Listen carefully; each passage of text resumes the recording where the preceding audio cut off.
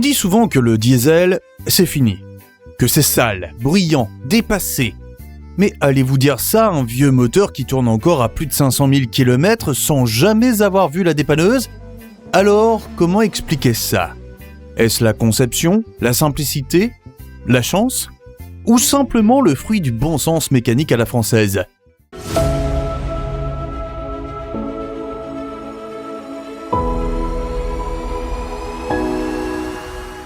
Dans cette vidéo, je vais vous présenter 7 Renault Diesel qui ont franchi le cap du demi-million de kilomètres. Installez-vous, on démarre avec le numéro 7.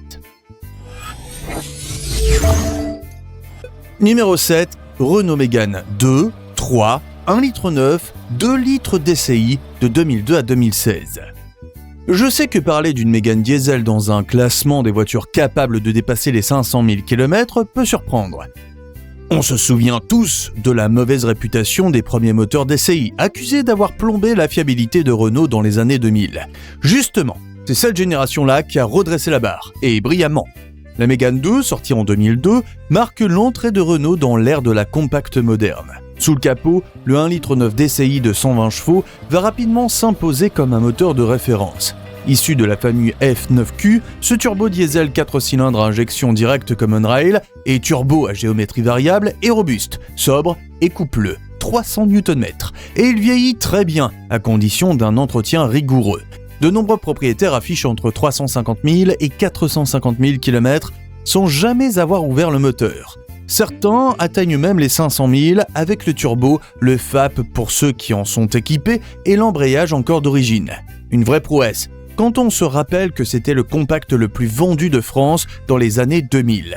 Et quand la Mégane 3 arrive en 2008, Renault perfectionne la recette car les 1,9 litre et 2 litres DCI gagnent en fiabilité, en silence et en agrément. Le 2 litres DCI, développé avec Nissan, grimpe à 150 voire 175 chevaux tout en conservant la même endurance.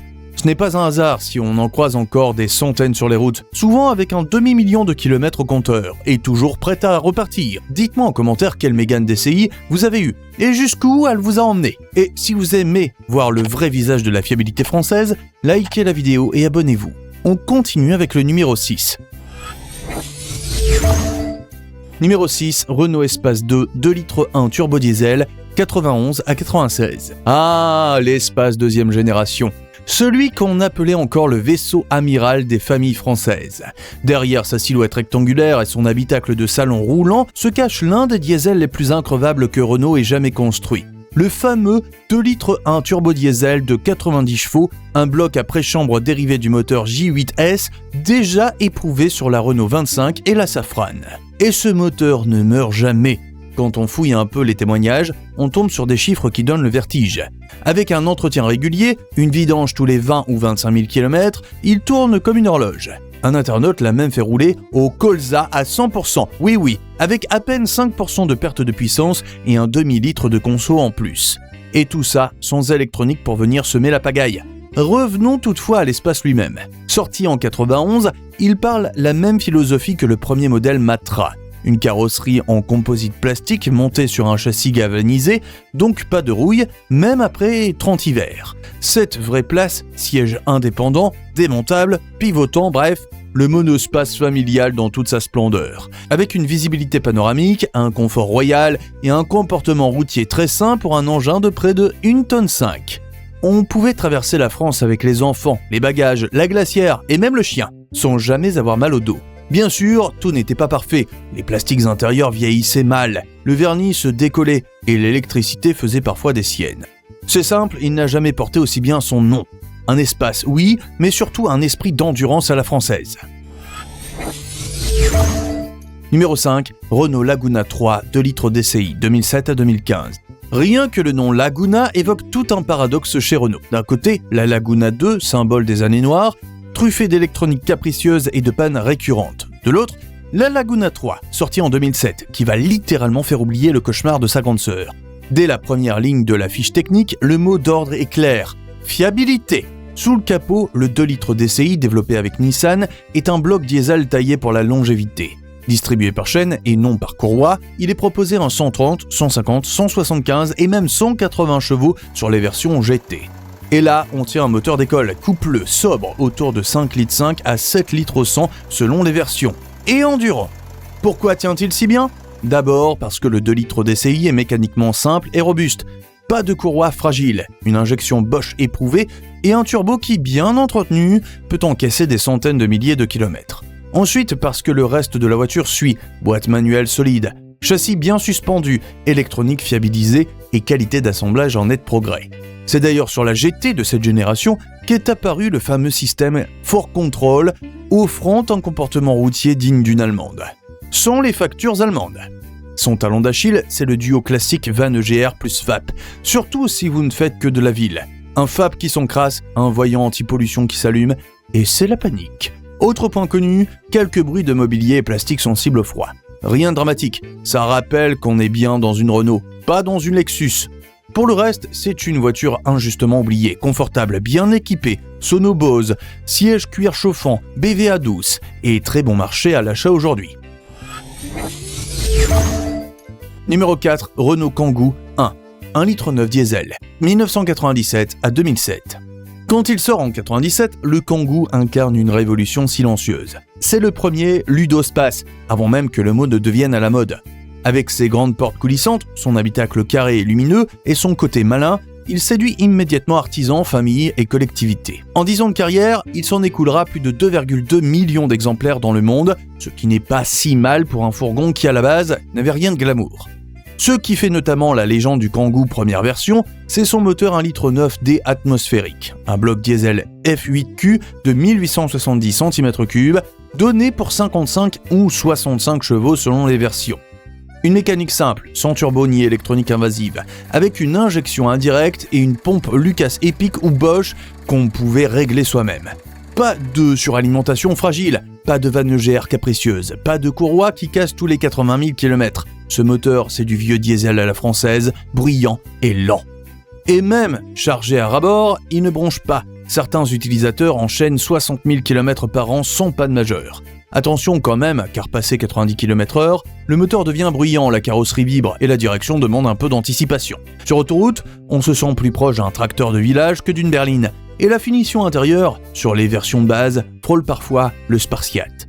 Avec un entretien régulier, il roule presque indéfiniment. Et c'est bien ce qui explique pourquoi on en croise encore aujourd'hui sur nos routes. Avec des carrosseries piquées par la rouille et des moteurs qui tournent comme au premier jour. Passons à la suivante, qui est le numéro 3, Renault Trafic 2 litres DCI, 2006 à 2014. Bon, là, on change de catégorie.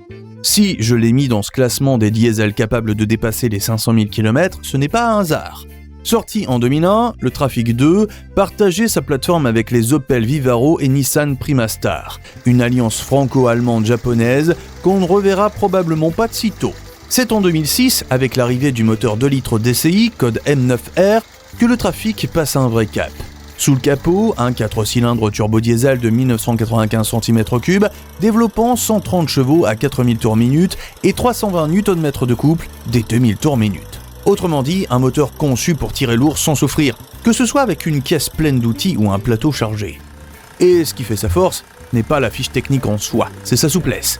Le 2 litres DCI démarre toujours au quart de tour, reprend bas dans les tours et reste étonnamment silencieux pour un utilitaire. Même aujourd'hui, beaucoup d'artisans vous le diront. Mon Trafic a plus de 400 000 km, il tourne comme une horloge. Et c'est vrai. Sur les forums de propriétaires, on retrouve des témoignages impressionnants. Aucune casse moteur, embrayage d'origine à 250 000 km, entretien raisonnable et des coûts d'usage très maîtrisés. Pourquoi est-il aussi fiable ? Parce que Renault a appris de ses erreurs. Les 1,9 litre DCI du début des années 2000 avaient la fâcheuse tendance à casser leur turbo ou à souffrir des vannes EGR encrassées. Avec le 2 litres DCI, la marque corrige le tir, nouvelle distribution à chaîne, refroidissement plus efficace, injection plus robuste et entretien mieux calibré. Sur des véhicules entretenus correctement, le bloc dépasse 500 000 km sans intervention lourde. Et quand je dis correctement, je parle d'une vidange tous les 20 000, de filtres changés à temps et d'un gasoil de qualité. Rien de magique. C'est d'ailleurs ce qui explique que le Trafic 2 litres DCI reste l'un des fourgons les plus recherchés sur le marché de l'occasion, souvent vendu plus de 10 000 € même après 300 000 km.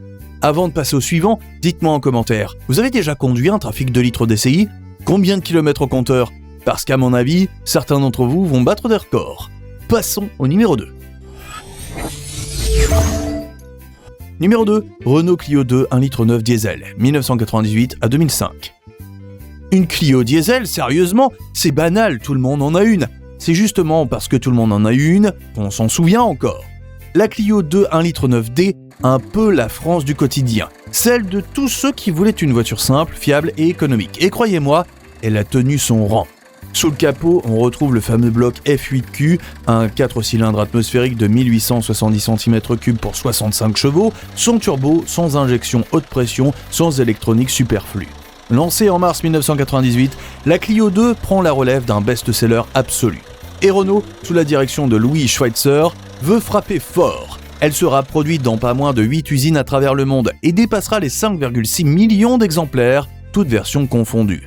Dès sa sortie, elle impressionne par son équipement. Direction assistée, double airbag, vitres teintées de série et ABS à partir de 1999. La consommation tourne autour de 5 à 6 litres au 100, parfois moins sur route. Sur les forums de l'époque, on retrouve des témoignages hallucinants. Une Clio Fiji de 98 à 151 000 km sans un bruit, une autre à 375 000 km avant que la pompe Lucas rend en lame, et même des conducteurs de RA19 équipés du même moteur qui dépassent les 320 000 km avec la culasse d'origine. En un seul mot, increvable. Évidemment, tout n'était pas parfait. Le moteur est bruyant à froid, surtout quand il dort dehors. Il vibre, il claque et il fume, un peu noir à l'accélération. Sur autoroute, on dépasse rarement les 150 km/h, et pour doubler, mieux vaut anticiper. Vous aussi, vous avez connu cette Clio increvable, celle qui démarrait tous les matins, même à moins 10, et qui consommait moins qu'un scooter? Allez, passons à la suivante. Numéro 1, Renault 21 2,1 litre D, moteur J8S de 86 à 94. On arrive au sommet, et honnêtement, elle le mérite. Parce que si vous demandez à n'importe quel mécano de campagne quelle est la Renault diesel la plus increvable jamais produite, il y a de fortes chances qu'il vous réponde la 21 2,1 litre D. Sortie en 86, la Renault 21 n'est ni tape à l'œil, ni prétentieuse, diablement bien conçue. Et sous son capot, on trouve ce qui restera l'un des meilleurs moteurs diesel de l'histoire de la marque, le fameux J8S, un 4 cylindres de 2068 cm3 à injection indirecte, conçu pour durer plus longtemps que la voiture elle-même. Ce moteur, c'est un bloc de camionnette, partagé avec la Renault 25, l'Espace et même certaines Jeep Cherokee. Autant dire qu'il savait ce que robustesse voulait dire. Alors oui, sur le papier, 65 à 88 bourrins selon les versions, ce n'est pas de quoi faire trembler une GTI. Mais ce bloc nous offrait un couple monstrueux à bas régime et surtout, il ne cassait jamais. Aucune électronique, aucune pièce capricieuse et une architecture d'une simplicité exemplaire. Sur Caradisiac, un conducteur raconte avoir poussé sa GTD Symphony jusqu'à 505 000 km, moteur encore comme une horloge. Un autre, collectionneur de Renault anciennes, affirme avoir fait 200 000 km sans ouvrir le bloc, après l'avoir acheté à 284 000 km. Et le meilleur, un passionné qui a possédé 4 R21 GTD depuis 90, dit n'avoir jamais connu la moindre panne immobilisante. Il roulait encore à 400 000 km avec le moteur d'origine. Il conclut, je cite, « C'est sans aucun doute la voiture la plus fiable que Renault ait produite. » Qu'est-ce qui rend cette mécanique aussi increvable? D'abord, sa simplicité mécanique. Ensuite, une conception à l'ancienne et un système d'alimentation Bosch quasiment indestructible. Aujourd'hui, les Renault 21 diesel survivantes sont devenues de véritables reliques d'un autre temps. Un temps où l'on faisait soi-même l'entretien de sa voiture, où un joint torique coûtait 2 francs et où un moteur pouvait rouler au gasoil, à l'huile de friture ou même au pétrole lampant. Dites-moi ce que vous en pensez en commentaire. Si d'autres modèles vous viennent en tête, ou si vous voulez plus de vidéos de ce genre, likez la vidéo et abonnez-vous pour ne rien manquer. À très vite dans le Garage Français.